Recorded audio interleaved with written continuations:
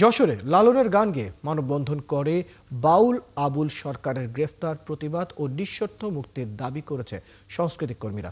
শনিবার প্রেস ক্লাবের সামনে জেলার সাংস্কৃতিক সংগঠনগুলো ঘণ্টাব্যাপী ব্যতিক্রমী প্রতিবাদী গান ও মানববন্ধনের আয়োজন করে। এতে বিভিন্ন সামাজিক ও সাংস্কৃতিক সংগঠনের নেতাকর্মী, শিল্পী, শিক্ষক, ছাত্র ও সাধারণ মানুষ অংশ নেন।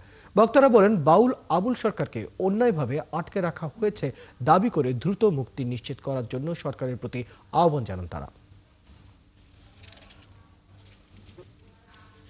বাউল সাধক আবুল সরকারের এই আটক অবশ্যই সংস্কৃতিকে বাধাগ্রস্ত করা, সংস্কৃতির বিরুদ্ধে সব সময় একটা গোষ্ঠী সক্রিয় ছিল।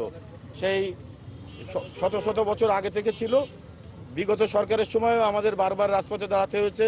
এই বিভিন্ন জায়গায় বাউল অনুষ্ঠানে হামলা, শিল্পীদের উপরে হামলার প্রতিবাদে আজকেও আমাদেরকে দাঁড়াতে হচ্ছে। যতটুকু জানি যে সেটি হলো একটি বৃহৎ গণতান্ত্রিক মুক্তিযুদ্ধের পক্ষে রাজনৈতিক দলের একজন প্রার্থীর পক্ষে এই বাউল অংশ পক্ষাবলম্বন করে বক্তব্য রাখছিলেন।